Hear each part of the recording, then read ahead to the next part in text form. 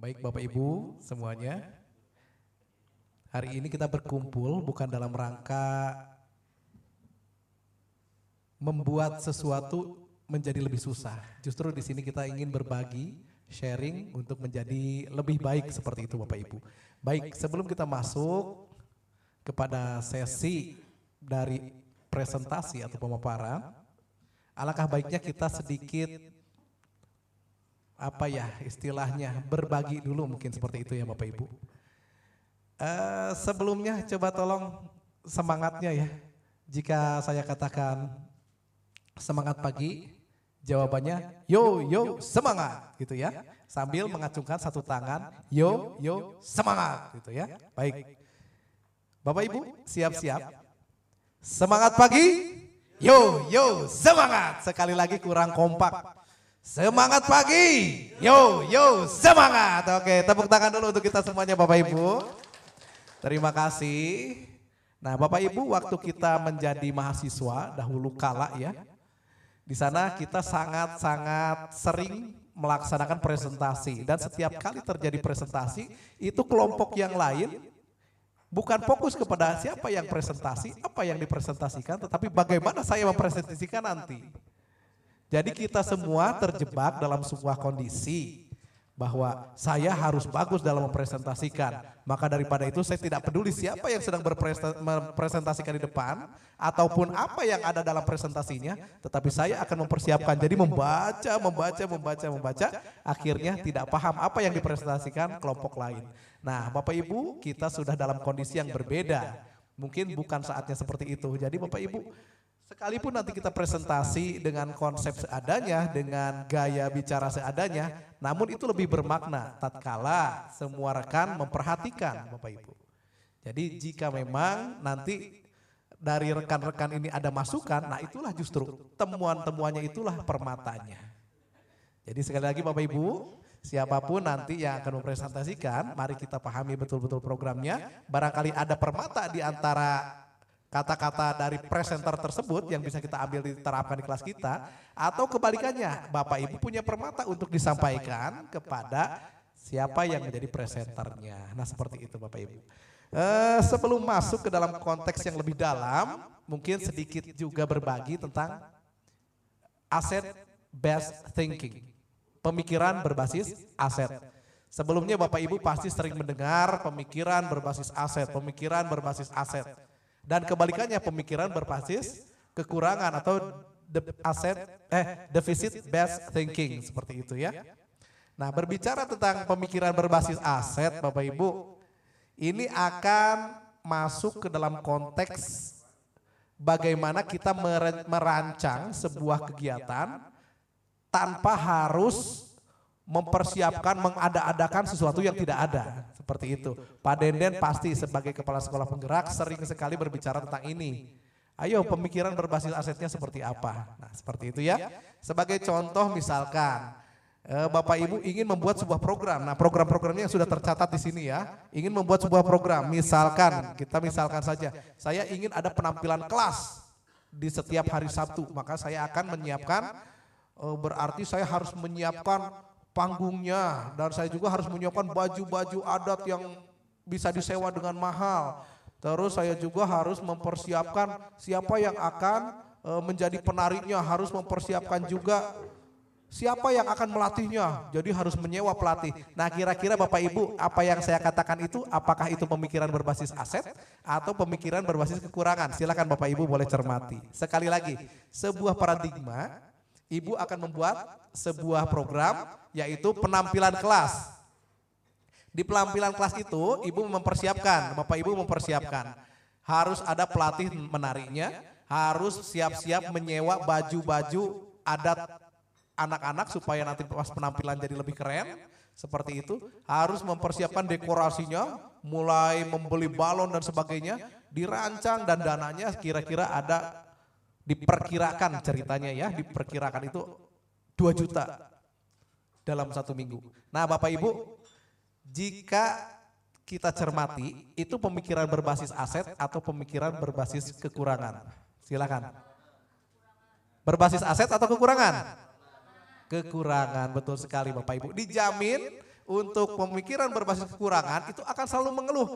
Aduh, uangnya banyak yang harus dikeluarkan. Siapa yang akan melatihnya? Saya harus cari, capek sekali melatihnya. Nah, kalau memang seperti itu, kita mulai beralih dengan mindset yang berbeda menjadi pemikiran berbasis aset.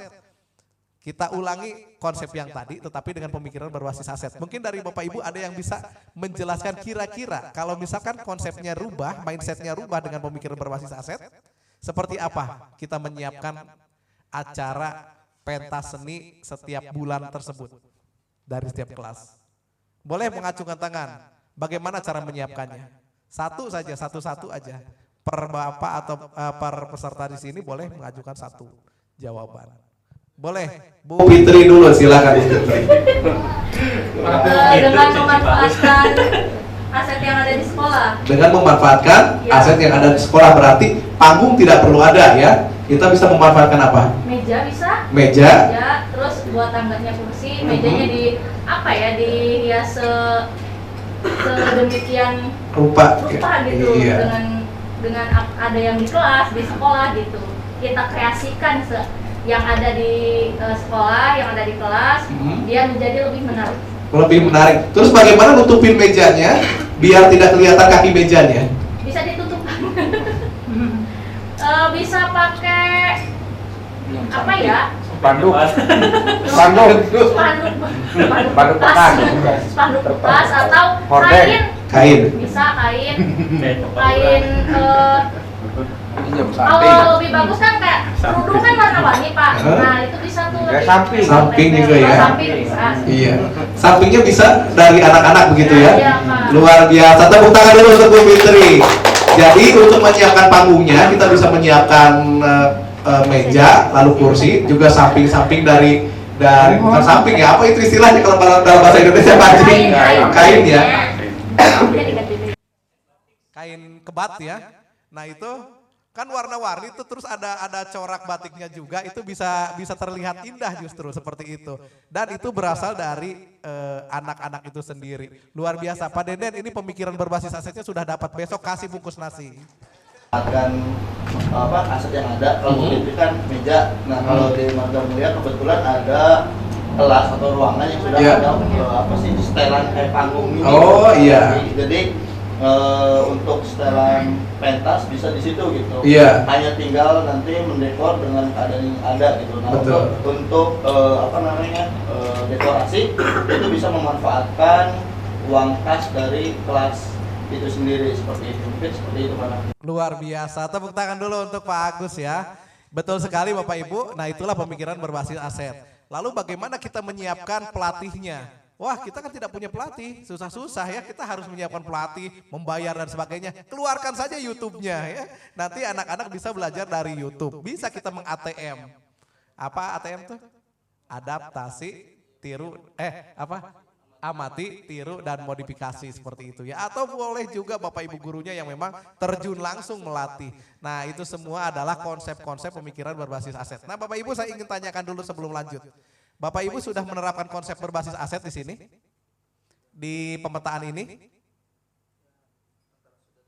Antara ada dan tiada, antara sudah dan belum ya? Baik, nah itu adalah pemikiran pertama yang akan kita temui pada hari ini. Pemikiran berbasis aset. Bapak Ibu, hanya itu yang dari saya ya. Mungkin dari panelis lain di sini ada Pak Dudung, ada Pak Haji ya. Dan ada juga Bu Gina. Kepada Bu Gina dulu mungkin ya. Bu Gina dipersilakan. Ini masih tahap pembukaan ya, belum masuk kepada presentasi ya. Silakan Bu Gina. Ya, kira-kira 10 menit lagi mungkin ya Bapak Ibu. Tapi sebelumnya kita brainstorming dulu deh sebelumnya ya Bapak Ibu. Izin ya, pada skatawis gitu.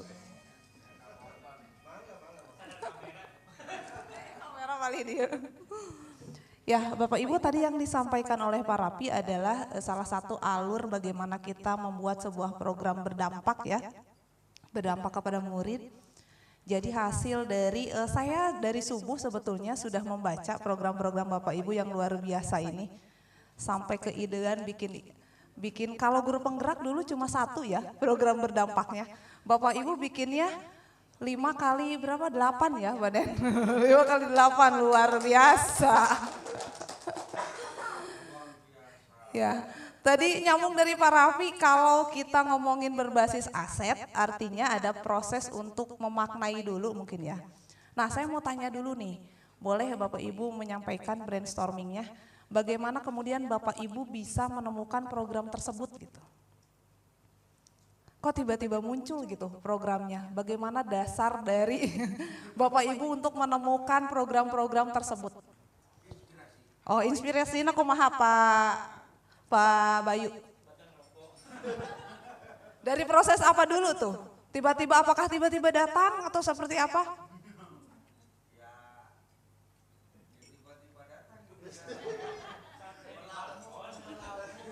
Dari hasil melamun ya? Oh, melamun berdasarkan pengalaman gitu. Kemudian tiba-tiba ngalamun heula terus ngalaman gitu. Nah, berarti tiba-tiba keren Pak Bayu, luar biasa. Oke, yang lain mungkin kalau Pak Bayu tadi mau silahkan Pak Agus. Ais, kumaha analisis nak? Dibilang potensi yang ada apa, terus apa yang harus dibutuhkan gitu. Iya. Karakter siswa B misalnya, nah berarti itu yang kurangnya, berarti apa nih yang harus diperbaiki dengan cara apa, nah itu muncul program yang diusahakan, muncul program yang akan diusahakan untuk memperbaiki kekurangan. Oke, kalau tadi Pak Bayu program berbasis pengalaman gitu ya. Kalau ini Pak Agus berarti program berbasis kebutuhan gitu ya, kebutuhan murid. Oke, keren sekali ya. Yang lain barangkali Bu Ika, kumaha Bu Ika?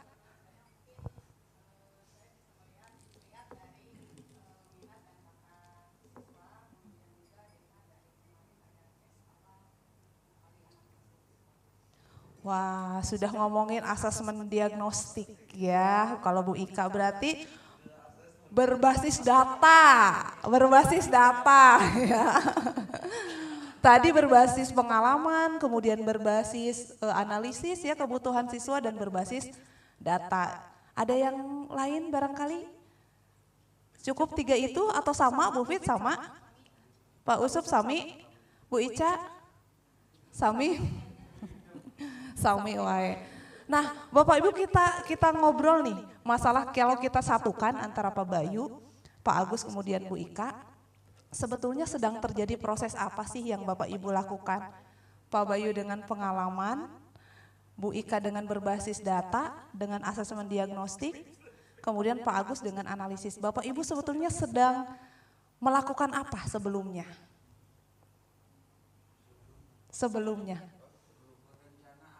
Perencanaan, betul, kita sedang merencanakan. Bagian dari perencanaan adalah proses yang tadi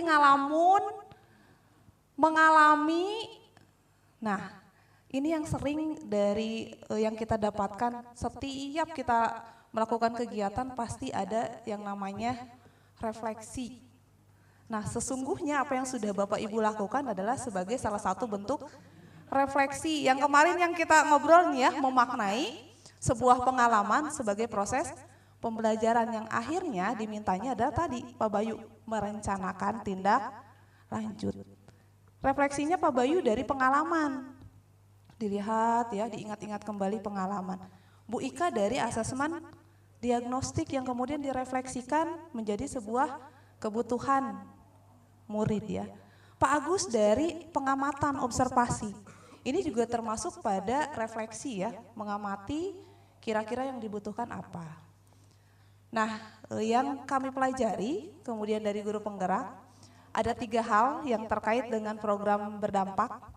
Yang pertama itu, apa Pak Raffi? Apa Pak Dudung? Ada 3 ya, ada yang namanya voice, ya, choice dan ownership. 3 ini adalah bagian dari student agency. Jadi Bapak Ibu sesungguhnya memaknai pembelajaran dan merefleksikan pembelajaran itu proses kita untuk menyatukan atau melaksanakan atau mengimplementasikan student agency. Bagaimana programnya itu yang paling utama adalah berdampak pada murid. Dan bersyukurnya Marga Mulia sudah dibuatkan matriksnya nih sama Pak Kepala, sehingga yang matriks yang sudah Pak Denden buat itu memacu Bapak Ibu untuk selalu punya arahan terkait program yang sesuai dengan visi misi. Kemudian runutannya tuh 5 itu ya Pak Den, di kelas itu bisa Bapak Ibu aplikasikan dan akhirnya ketemu tuh 20 program. Luar biasa. 20 kali 6 ya. Berapa programnya nih Marga Mulia? Keren. Ini jadi langkah awal yang luar biasa untuk pembangunan kondusifnya sebuah komunitas sekolah. Pak Dudung manawi aya tambihan eta voice choice ownership. Voice itu artinya Bapak Ibu sedang memaknai, sedang memberikan kesempatan siswa untuk menyampaikan keinginan. Lewat apa? Kalau kelas 2 mah mungkin lewat asesmen diagnostik gitu ya. Kalau Pak Agus mungkin bisa sambil wawancara, itu voice. Choice memberikan siswa pilihan. Pilihan misalnya teman-teman boleh, anak-anak boleh misalnya beri Bapak ide bagaimana sih supaya kelas kita itu kemudian jadi meriah gitu. Itu juga bagian dari choice. Kemudian ownership, Bapak Ibu melibatkan tanggung jawab, memberikan tanggung jawab kepada murid-murid di kelas untuk menyusun programnya, kemudian melaksanakan supaya si programnya itu dicapai, disusun bersama dan dicapainya itu bersama-sama.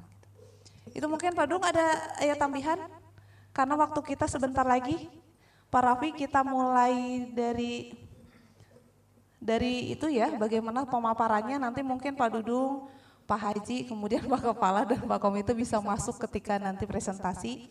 Peraturannya bagaimana Pak Raffi, presentasi 15 menit cukup? Baik teman-teman, untuk presentasi kita 15 menit saja ya. Karena waktu dulu juga kita pernah kan melaksanakan micro teaching, 10 menit harus mengajarkan satu materi tuntas dengan embel-embelnya termasuk evaluasinya. Nah Bapak Ibu, jika memang kurang dari 15 menit itu tidak masalah, tetapi kalau lebih dari 15 menit mungkin nanti kita akan mengurangi waktu untuk berdiskusinya. Jadi kami beri waktu setengah jam untuk presentasi dan untuk diskusi bersama. Mungkin itu Bu. Ya, mungkin peserta lain nanti bisa menanggapi juga ya Pak Betul Raffi sekali. ya, Betul untuk sekali. kemajuan program dari peserta masing-masing ya, masing-masing kelas. Setiap kelasnya ya. Oke, Jadi mulainya bagaimana nih Pak Raffi memulainya? memulainya nanti kita pakai